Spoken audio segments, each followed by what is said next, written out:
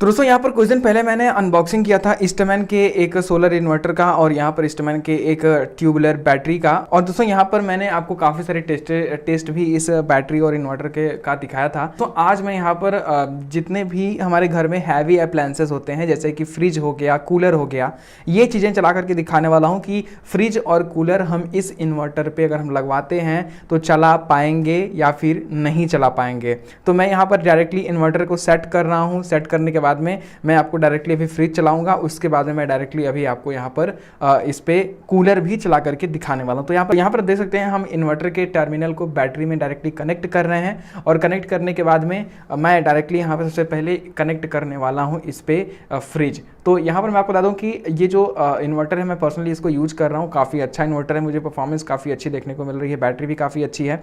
इन लोगों का ऑफर भी चल रहा है बैटरी पे, अगर बैटरी 1 साल के अंदर खराब होती है तो आपको 1500 रुपये का हर जाना भी ये लोग पे करेंगे, प्लस बैटरी भी नहीं देंगे। तो इसके लिए अगर आप यहाँ पर एक सोलर इन्वर्टर और यहाँ पर एक बैटरी लेना चाहते होंगे तो आप जरूर से ईस्टमैन के साथ में जाइए। मेड इन इंडिया कंपनी है और इनकी वेबसाइट का जो लिंक है वो मैं वीडियो के नीचे डिस्क्रिप्शन में दे दिया हूँ। प्लस स्क्रीन पे आपको एक कॉन्टैक्ट नंबर भी यहाँ पर देखने को मिल रहा होगा, आप इस कॉन्टैक्ट नंबर पे कॉल करके पूरी इन्फॉर्मेशन ले सकते हैं। ईस्टमैन एक काफ़ी अच्छी कंपनी है, तो आप अपने मार्केट में नज़दीकी डीलर डिस्ट्रीब्यूटर से भी इनके जो प्रोडक्ट है उनको खरीद सकते हैं। तो फाइनली दोस्तों आप देख सकते हैं हम यहाँ पर जो इन्वर्टर का कनेक्शन है वो डायरेक्टली बैटरी से कर चुके हैं और जो इन्वर्टर है वो हमारा डायरेक्टली ऑन हो चुका है। अभी मैं इसमें सोलर का कनेक्शन नहीं दूंगा, मैं डायरेक्टली यहाँ पर बैटरी पे ही इसको रन करके दिखाने वाला हूँ। अगर बैटरी पे चल जाएगा तो सोलर पे भी चलेगा, कोई टेंशन की बात नहीं है।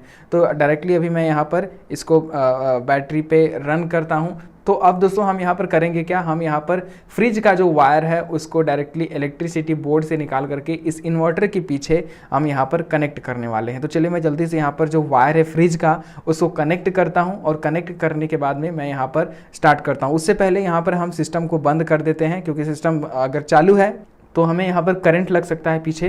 तो सिंपली हम यहाँ पर सिस्टम को बंद कर चुके हैं और अभी मैं यहाँ पर जो वायर है फ्रिज का उसको डायरेक्टली इन्वर्टर में कनेक्ट करता हूँ। तो यहाँ पर मैं जल्दी से वायर को कनेक्ट कर लेता हूँ। आप देख सकते हैं ये वही वाला वायर है और मैं डायरेक्टली बिना किसी बोर्ड के दिखा रहा हूँ ताकि कोई ये ना कहे कि यार तुमने तो कहीं और से कनेक्शन किया हुआ है। तो आप देख सकते हैं होंगे मैं डायरेक्टली फ्रिज का ही जो वायर है वो इस इन्वर्टर में कनेक्ट कर दे रहा हूं। तो ये वायर मैंने कनेक्ट कर दिया। अब मैं यहाँ पर डायरेक्टली सिस्टम को ऑन करूंगा और देखते हैं जो फ्रिज है वो हमारा रन हो पाता है या फिर नहीं रन हो पाता है। यहाँ पर अब मैं सिस्टम को ऑन कर देता हूं और आप देख सकते होंगे यहाँ पर सिस्टम को मैंने ऑन किया, बीप की साउंड आई और उसके बाद में यहाँ पर हमारा जो फ्रिज है वो डायरेक्टली रन होना स्टार्ट हो चुका है। हमारे फ्रिज का जो कंप्रेसर है, मेन जो चीज़ है वो यहाँ पर कंप्रेसर होती है, आप सिंपली साउंड सुन सकते होंगे, वर्क कर रहा है। और ईस्टमैन के इस सोलर इन्वर्टर पे ये जो फ्रिज है वो डायरेक्टली ऑन हो गया है। और बता दूं कि मेरा जो फ्रिज है वो एक नॉन इन्वर्टर फ्रिज है, नॉन इन्वर्टर टेक्नोलॉजी का फ्रिज है, फिर भी ये जो फ्रिज है वो इस इन्वर्टर पे रन हो जा रहा है। तो लाइट भी काफ़ी अच्छी यहाँ पर ग्लो हो रही है और फ्रिज जो है वो बहुत ही अच्छा चल रहा है, कोई भी दिक्कत नहीं। जैसे लाइट से चलता है सेम उसी टाइप से जो फ्रिज है वो यहाँ पर रन हो रहा है। तो सिंपली यहाँ पर जो फ्रिज है वो रन हो रहा है और ऐसा भी नहीं है कि फ्रिज रन होने के बाद में बंद हो जाए इन्वर्टर या फिर ऐसा कुछ ओवरलोड बता दे, कुछ ओवरलोड वगैरह की कुछ भी साइन नहीं आ रही है। जो फ्रिज है वो डायरेक्टली यहाँ पर चल रहा है। तो ऐसे में अगर आपके घर में फ्रिज है, नॉन इन्वर्टर फ्रिज है तो भी चल जाएगा, अगर इन्वर्टर फ्रिज है तब तो पूछना ही नहीं, इन्वर्टर फ्रिज तो बहुत ही आराम से चलेगा, कोई दिक्कत ही नहीं है इस सोलर इन्वर्टर पे। तो फिलहाल यहाँ पर जो फ्रिज है वो डायरेक्टली रन हो रहा है।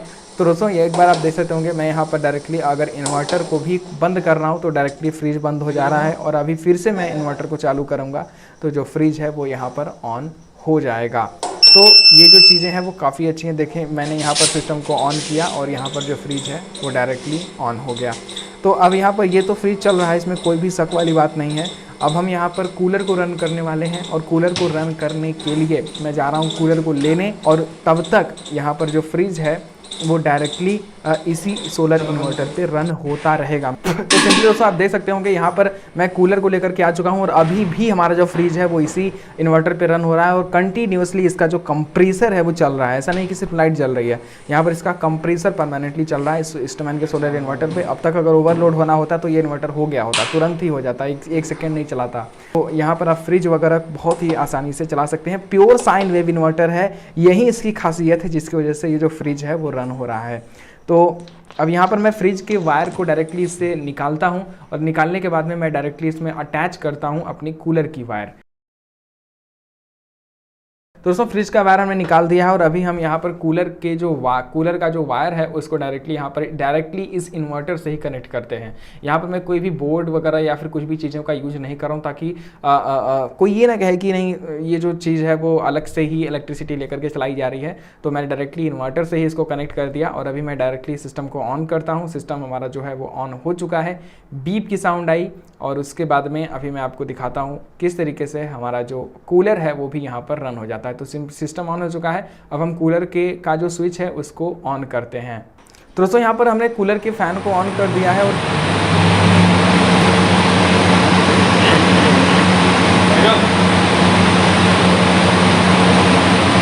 बिना किसी दिक्कत के हमारा जो फ़ैन है वो यहाँ पर ऑन हो गया, हमारा जो कूलर है वो डायरेक्टली यहाँ पर स्टार्ट हो गया है। और आप देख सकते होंगे मुझे हवा भी काफ़ी अच्छी लग रही है, आपको हवा से ही पता चल रहा होगा कूलर जो है वो बिना किसी दिक्कत के चल रहा है, कोई भी दिक्कत नहीं है, नॉर्मली चल रहा है जैसे कि लाइट पे चलता है सेम उसी टाइप से। तो यहाँ पर कूलर भी आप इस इन्वर्टर पे बहुत ही आसानी से रन कर सकते हैं, कोई भी यहाँ पर टेंशन वाली बात नहीं है।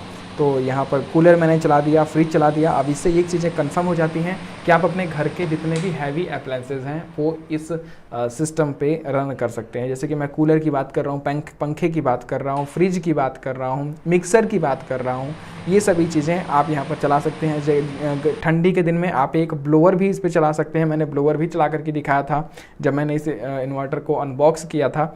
तो ये सारी चीज़ें हैं, आप ये सभी चीज़ें बहुत ही नॉर्मली आसानी से इस इन्वर्टर पे चला सकते हैं। तो इन्वर्टर जो है वो मुझे काफ़ी अच्छा लगा और कोई भी दिक्कत नहीं है, बस फ़ैन इसका चल रहा है। अगर आप सोच रहे हैं इस गर्मी में एक सोलर इन्वर्टर लगवाने के लिए तो आप ईस्टमन के साथ में जाइए, मेड इन इंडिया कंपनी है, आपको काफ़ी अच्छी जो सर्विस है वो इनकी देखने को मिल रही है। इनका जो कॉन्टैक्ट नंबर है वो मैं स्क्रीन पर दिखा रहा हूँ, आप इस पर कॉल करिए और डायरेक्टली इनसे बात करिए और आप अपने नज़दीकी डीलर डिस्ट्रीब्यूटर से भी जा करके ईस्टमन का जो प्रोडक्ट है वो खरीद सकते हैं।